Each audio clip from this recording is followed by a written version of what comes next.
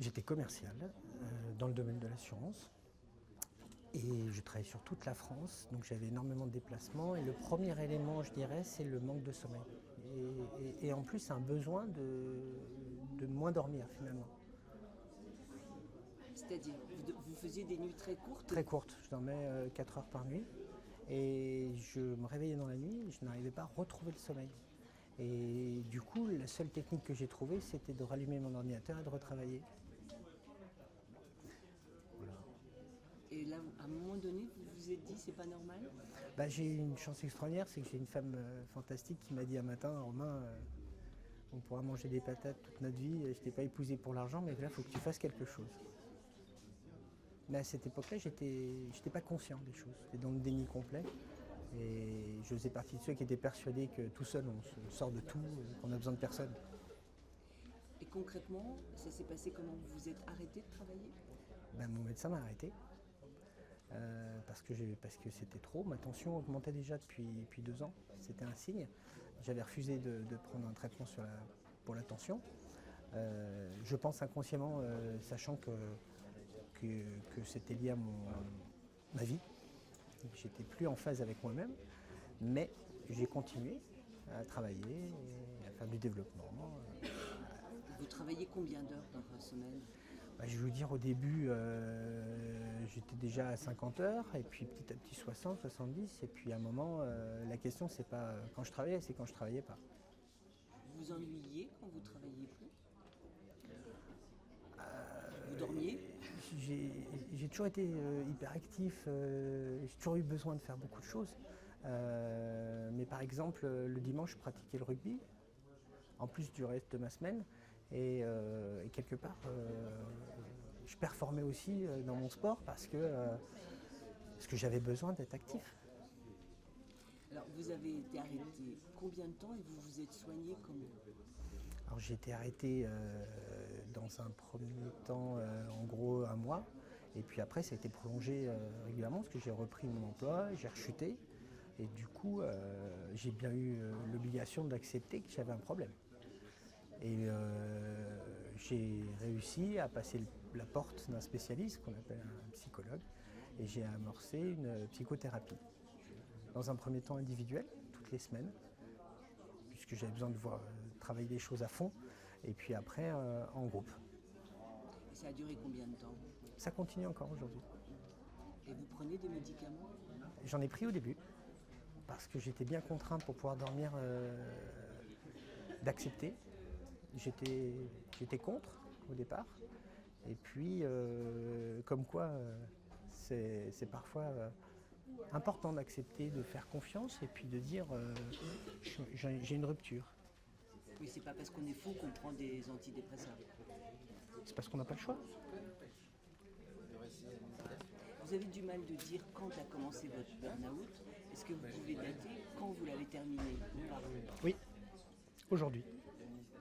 Aujourd'hui? Aujourd'hui. Ce jeudi là? Ce jeudi. Pourquoi? Parce que j'ai témoigné, parce que j'ai réussi à braver mes peurs, la peur du regard des autres.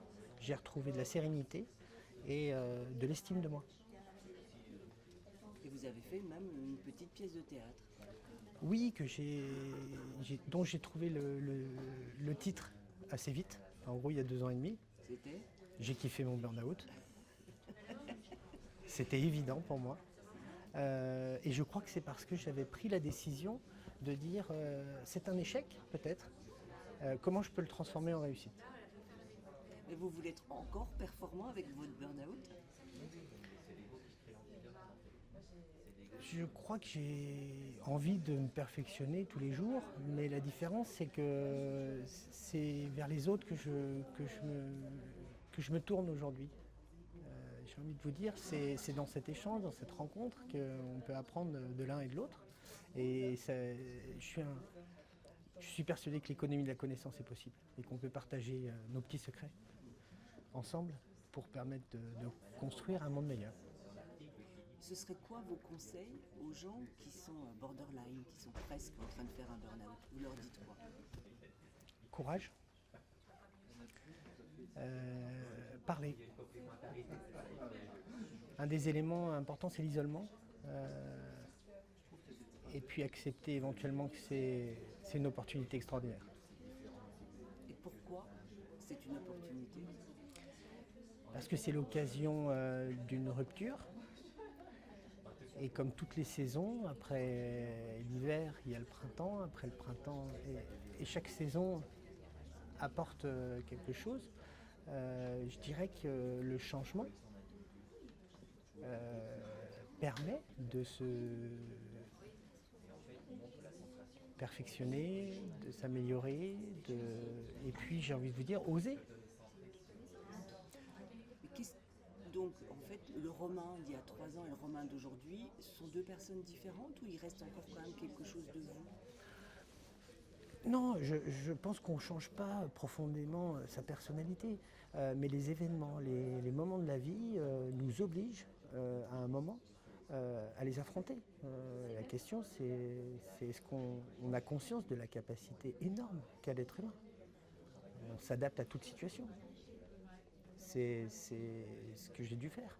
Donc dire que le Romain que vous avez en face de vous est différent, je dirais non. Mes amis les plus proches me disent qu'ils m'ont retrouvé. Et puis d'autres me disent mais c'est incroyable, on peut tout te dire maintenant, tu n'es plus irascible, tu montes plus sur tes grands chevaux, tu n'as plus des réactions hypothermiques qu'on ne pouvait pas maîtriser, on ne comprenait pas, tu as l'air bien. Je crois que j'ai fait la paix avec moi-même, tout simplement, et que j'ai accepté que le changement est bon. Et qu'est-ce que vous faites aujourd'hui, ou qu'est-ce que vous pensez aujourd'hui que vous ne faisiez pas ou que vous ne pensiez pas il y a quelques années? Eh bien, je suis présent pour mes proches, mais vraiment présent. Votre Il y a femme, quelques vos années, enfants? complètement. J'ai retrouvé les piliers de ma vie. Je me suis engagé quand je me suis marié. J'ai cette phrase que j'entends pour le meilleur et pour le pire. C'est mon épouse qui m'a dit un matin, à chaque moment difficile, que ce soit avoir un médecin, que ce soit une discussion, une négociation importante dans une fin de vie professionnelle, j'ai confiance en toi et ça va bien se passer. La puissance de ces mots, ça a mis... le couple est forcément chamboulé dans ce genre de moment. Je dirais qu'on en est sorti plus que grandi. Et vos enfants? Et mes enfants, c'est mon diesel, c'est mon essence, c'est mon fils qui à l'époque avait 4 ans et demi, avait des soucis de concentration, de fatigue. J'en parle dans le spectacle, j'ai été contraint d'aller chez le médecin. J'ai ouvert le dialogue et le médecin me dit mais Romain, un enfant à un certain âge, il ressent des choses, mais si on ne met pas de mots, il ne peut pas comprendre. Donc il n'est pas bien, pas pour lui, mais pour toi. Donc ça m'a obligé à avoir un échange avec mon fils. Et quand je lui ai dit papa, il y a des soucis, mais il va les régler, j'avais pris un engagement. Et donc aujourd'hui, j'ai une forte pensée pour lui, puisque j'ai passé toute ma journée d'hier avec lui, puisque c'était son anniversaire et ses copains. C'est un élément que j'aurais jamais pu faire avant. Vous vous donnez du temps, c'est ça? Oui, et puis des priorités. Et j'accepte de dire non. Non, je ne pourrais pas être disponible le mercredi 10 parce que je me suis engagé et je me sens que ma place est auprès de mon fils, parce qu'il a 7 ans. On en reparle dans 11 ans. Aujourd'hui, vous êtes chef d'entreprise, vous faites de la formation. Vous n'auriez jamais monté votre propre boîte si vous n'aviez pas fait un burn-out? Je pense que j'aurais monté ma propre boîte, même si je n'avais pas fait un burn-out. Je crois que ce burn-out m'a permis aussi de prendre conscience que ma personnalité n'était pas forcément adaptée dans un certain système hiérarchique et que j'avais besoin d'être mon propre patron. C'est juste que je n'étais pas prêt à affronter cette idée, parce que ça a d'autres contraintes d'être son propre patron. Mais moi, ça me correspond. Donc ce burn-out m'a obligé à apprendre qui j'étais, comment je fonctionnais, ce qui était important pour moi, là où j'étais bon, là où j'étais mauvais, que j'avais besoin de ressources extérieures, besoin des autres, parce que c'est pas ma spécialité que telle ou telle chose. Et je vous dirais que je le savais depuis toujours. J'ai retrouvé mon dossier de jeune étudiant en première année d'école de commerce et j'avais écrit que je serais mon propre patron. Donc finalement, la boucle est bouclée.